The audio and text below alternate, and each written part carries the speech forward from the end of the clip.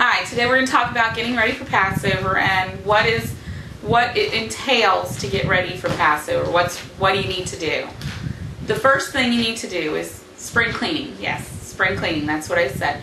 The term spring cleaning comes from getting ready for Passover, because anybody who's done spring cleaning knows it's a real deep clean, and that's what you have to do to get ready for Passover. First thing, you have to get your kitchen clean. Clean out your cabinets, clean out your refrigerator or refrigerators, clean out your oven, your counters have to be cleaned. You have to get everything wiped out really good. We take all our items out of our cabinets in our kitchen. We wipe our cabinets out. We put our stuff back in there. We do a good cleaning on our stove and in our oven with oven cleaner, or if it's got a cleaning cycle, whatever, but you need to get that cleaned out real good. Refrigerator, everything comes out, we wipe everything down, everything goes back in. So that's the first part. The second part is determining what you're going to do with your chametz. Chametz is, let's discuss what chametz is. Chametz is the leaven, yeast, baking powder, baking soda, vinegar, anything that causes fermentation. Also, the traditions are to get rid of anything with flour, anything with barley, oats, spelt, any kind of grains. Ashkenazis will also put away beans, peas, rice, and corn, and any corn-related products. Ashkenazi are the European Jews. The Mediterranean or Sephardic Jews do not get rid of the beans, the peas, the rice, and the corn and corn products. And that's just different traditions. It has to do with not wanting to appear to others as if they were eating things that were forbidden.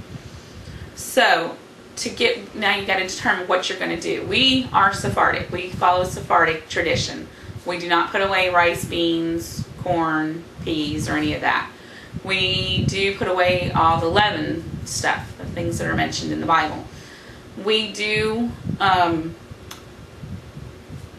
comes the question, what do you do with it? That's the biggest question. Well, there are two things you need to know. First of all, you have to sell your chametz. You can do that online. You can Google selling my chametz or selling chametz, and you can do it online, or if you're in a synagogue, you should probably also do it through your rabbi at your synagogue. And what that does is it relinquishes your responsibility for any chametz that you may have missed. And please trust me, you will miss something every year. Last year for me it was a can of biscuits. The year before that it was crackers. So every year I miss something, and it's not intentional, it's just you're trying to do so much in a short period of time that you're going to miss something. Something's going to get passed over. So selling your chametz releases your responsibility for that chametz. It no longer belongs to you. So what do you do with the chametz that you're not going to want to throw out? That box of cereal you just bought, or that, that can of biscuits, or the box of Bisquick, or whatever it is you might have in your cabinets. What do you do with it? Modern traditions allow for you to do two things. You can keep everything in your cabinets and tape them up securely and make it unavailable. You can also designate a closet in your home or in your basement, possibly, that you can put all your chametz items into and tape that up. My parents, that is what they do. They tape up their cabinets. She cleans out her cabinets, wipes them out, and then she tapes them up so that nothing is available in there. Because you cannot use the same utensils, the same plates, the same pots and pans that you would normally use for the rest of the year. You cannot use those for Passover. They're not kosher for Passover. So she takes up her cabinets and she puts everything that she's not going to use during Passover into her closet, and she takes it up. Also, she prepares her countertops. Now, there are some varying opinions about how to prepare your countertops for Passover. One opinion is you can boil water and pour boiling water over your countertops, and that will make them kosher. It is unfeasible for my mother to do that. So what she does is she takes either a heavy plastic or tinfoil, and she covers her entire counter in her kitchen, all of her counters, with that, and she tapes it down so that it can't be lifted up easily. So that is how she gets past that. You can also, I know I talked about utensils and pots and pans and all that. You can take your utensils and your pots and pans and your dishes, and you can take them to the mikveh and have them kashered. Not very feasible for everybody, but some people do that, so that is an option. My parents have separate dishes, and they have separate pots and pans, separate utensils, separate glasses that they use for Passover specifically, and they keep them boxed up and put away during the year. We use paper. We use paper plates, paper cups, plastic utensils, because for me that's just the easiest way to deal with it. I don't have the space to store extra utensils, and I buy, for Passover, I buy the aluminum pans that you can get at any grocery store, and that's pretty much what I use. I have a couple of pots and pans that I designate for Passover that I don't use any other time of the year, but that's only for like frying pans and stuff like that. So that's some of the ideas of utensils and stuff that you can do for that. We also what do you do with your refrigerated items? Okay, well, for us it's easy. We have 2 refrigerators, so we just designate one refrigerator for Passover and we tape it up.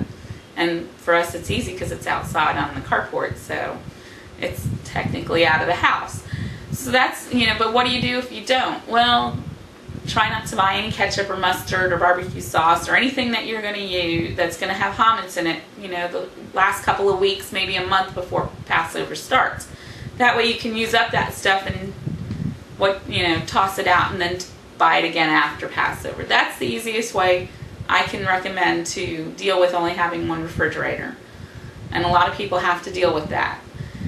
So that's basically what needs to be done. Can I ask you a question? You sure can. Here's some questions for you. If you live near a Jewish community, yes, as we live approximately 45 minutes an hour away, you can buy kosher Passover stuff. Yeah. Good question. What do you eat for Passover? You've gotten rid of everything. You can't. There's nothing in your refrigerator. It's bare. You go any Publix anywhere in the United States is going to have a Passover display, and on that you're going to be able to get matzah. Now these are not kosher for Passover. These are just everyday matzahs, but they're going to have matzah that's kosher for Passover. They're probably going to have a few items that you can use, such as mayonnaise, condiments. They're not going to have a whole lot of stuff. So if you can prepare ahead of time, you most likely can go online and purchase everything you need and have it shipped to you for Passover.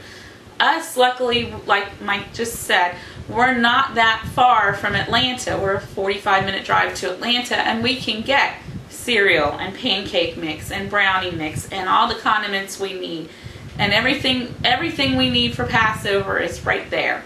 You had another question? One more thing. Okay. And we're about 2 minutes to go.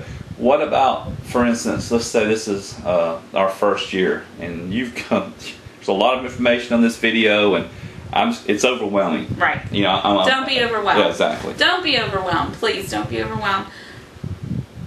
The spirit of Passover is more important to me, I think, and to God than the technical things. And start out slow. Don't jump in feet first into this and then drown because you've gotten overwhelmed. Do it a little bit at a time. This year, wipe your cabinets out and tape them up. Or, even if you don't want to tape them up, okay, fine. But wipe them out. Get them cleaned out. Get your stove cleaned out. Put away anything with yeast. Put away anything with baking soda and baking powder and vinegar. That if you do just even that's a start. Next year, jump to something else. And the following year, add something else. You should always be growing in your observances. You shouldn't stay stagnant, because if you're stagnant, you're rotting, pretty much.